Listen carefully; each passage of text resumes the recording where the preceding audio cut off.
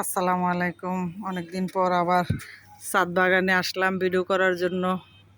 আজকে আমি আবার একটা সার কিভাবে বানায় এটা দেখাবো। আমি কিছু সার পচতে দিয়েছিলাম, কিছু খোসা, প্রায় 2 মাস হয়ে গেছে এই সার দিয়েছি। দেখেন আমার বাগানের ফুলগুলা, এই সার দিয়ে আমি সব কিছু উৎপাদন করি। দেখেন গাছে কত সুন্দর সুন্দর ফুল, এই যে ফুলগুলা, এই ফুল আসতেছে। দেখেন আমি গাছের মধ্যে কি সার দেই, এই সারগুলো আবার তৈরি করতেছি আবার দেখানোর জন্য। এখানে আমি কিছু সবজির খোসা, এই যে সবজির খোসা রেখেছিলাম, প্রায় 2 মাস হয় এই সবজির খোসাগুলা রেখেছি এখানে। এই খোসাগুলা অনেক পচে মাটি হয়ে গেছে। দেখেন এই যে দেখেন খোসাগুলা একদম আর নাই, মাটির সাথে একদম মিশে গেছে। এই যে দেখেন মাটির সাথে মিশে গেছে সবজির খোসাগুলা। এটা একটু রোদ্রে শুকিয়ে তারপর এটার মধ্যে একটু গাছ লাগাবো। তো এই সবজির খোসাগুলা দেওয়ার সময় কিন্তু আমি এটার মধ্যে কিছু আপনার দিছিলাম, যে এই যে খোসাগুলা, এই যে এগুলো পচে গেছে, কিছু নারিকেলের খোসা দিয়েছিলাম, কোকোপিট, এইগুলা দেখেন পচে গেছে। কোকোপিট, তো এই কোকোপিট কিন্তু কিনতে পাওয়া যায়। তো আপনারা যদি এইভাবে কিছু নারকেলের ছিলা দিয়ে দেন তো এইগুলোও পচে একদম সার হয়ে যাবে। দেখেন কি সুন্দর সার হয়ে গেছে।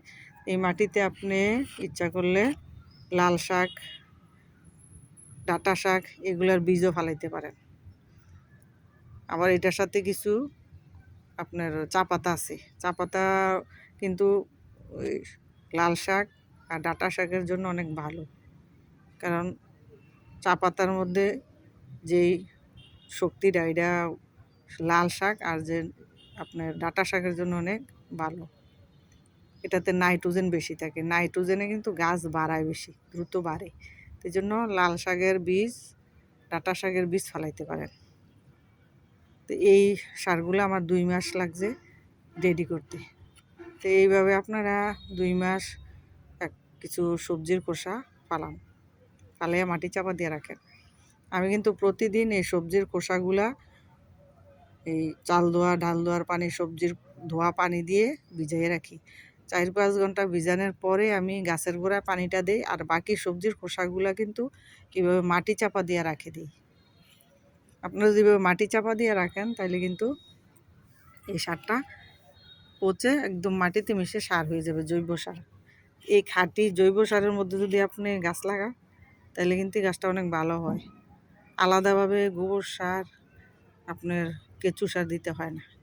এইটাই কেঁচু সার গোবর সারের চেয়েও ভালো কাজ করে। তাই আপনি এইভাবে মাটি তৈরি করতে পারেন। আমরা তো রান্নাঘরে অনেক খোসা, সবজির তরকারির খোসা ফেলে দিই। এই ফেলে দেওয়া জিনিসগুলা কিন্তু আমরা কাজে লাগাইতে পারি।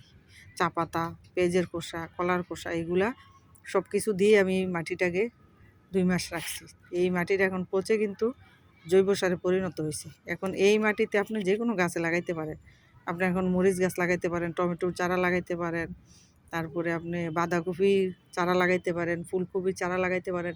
এখানে কিন্তু মোটামুটি 4টা-5টা ফুলকপি, বাঁধাকপি লাগাইতে পারেন। এটা অনেক বড় আছে, এই যে ডালার মতো একটা, আমার এটা একটা বাঁধ হয়ে গেছে, একটা ডালার মতো প্লাস্টিকের একটা থালা, ওইটা আমি ব্যবহার করছি। ফেলে দেওয়া জিনিসগুলো যদি আমরা এভাবে কাজে লাগাই তাহলে আমাদের এই ফেলে দেওয়া জিনিসগুলো কিন্তু আমাদের কাজে লাগলো। তাহলে আমরা কোনো কিছু না ফেলে এইভাবে আমরা গাছ তৈরি করতে পারি, গাছের মাটি তৈরি করতে পারি, গাছ লাগাইতে পারি। তো এইভাবে আপনি একটা গাছ লাগান। তাহলে এইভাবে যদি আমরা একটু পরিশ্রম করি তাহলে আমাদের নিজের হাতের সবজি, আমরা অর্গানিক দেওয়া সার দেওয়া সবজি খেলাম, আপনার বিষমুক্ত সবজি খেলাম, আপনি রাসায়নিক ছাড়া অর্গানিক সারের তৈরি আমরা সবজি খেলাম। এর আমাদের শরীরের জন্য ভালো, স্বাস্থ্যের জন্য ভালো। আবার আমাদের বাজার থেকে এত কিনে আনা লাগবে না। প্রতিদিন আপনি যদি এইভাবে শাকসবজি লাগান তাহলে প্রতিদিনের শাকসবজিটা আপনি এখান থেকে তো খেতে পারেন। প্রতিদিন যদি আপনি কিছু শাকসবজি নেন 100 টাকা আপনার বেঁচে গেল, তাহলে 100 টাকার প্রতিদিন শাকসবজি বাগান থেকে যদি নেন তাহলে তো আপনার মাসে 3,000 টাকা বেঁচে গেল। দেখেন আমার এখানে নিজে উঠছে গাছটা, আমি কয়েকদিন আগে ডালা কেটে আমি নিয়ে রান্না করছি। এখন আবার এটা বড় হইতেছে, ডালা বাইর হইতেছে, এই যে ডালাগুলো এখন আবার খুব সুন্দরভাবে ডালা বাইর হইতেছে। এগুলো আবার আমরা শাক করে খাবো, মাছ দিয়ে রান্না করে খাবো। এখানে একটা পেঁপে গাছ দেখেন, এটা সার, এই অর্গানিক সার দিয়া আমি এটা লাগাইছি। এখানে আরেকটা পেঁপে গাছ আছে, সবই আমি সবজির খোসা পচা সার দিয়ে আমি লাগাই। দেখেন ড্রাগন বাগানের ড্রাগনগুলো আমাদের এই অর্গানিক সার দ্বারা তৈরি। এই উৎপাদনগুলো কিন্তু আমরা অর্গানিক সার দিয়ে করি, আমরা রাসায়নিক সার দিই না। আমাদের এই বাগানে দেখেন, আমাদের ছাদ বাগানে কত ড্রাগন। এই যে দেখেন বা একটা পেঁপে গাছ লাগাইছিলাম, এটা দেখেন ফুল আসছে, এই যে বড় বড় ফুল, এটা কিছুদিন পরে আবার ফল আসবে। এসব এই পুরা মাটিটা আমি এটা তৈরি করছি, এই যে সবজির খোসা পচে এই সার হয়েছে, তারপরে আমি এটা কিন্তু লাগাইছি। এই পুরা মাটিটাই আমি সবজির খোসা দিয়ে তৈরি করছি, তারপরে গাছটা লাগাই দিছি, হয়ে গেছে গাছ। এখন দেখেন কি সুন্দর ফুল আসছে, গাছটা কত ফ্রেশ, দেখেন কত সুন্দর গাছটা। তাহলে এইভাবে আমরা সার না কিনে সবজির খোসা দিয়ে কিন্তু আমরা বানাতে পারি সার, অর্গানিক সার।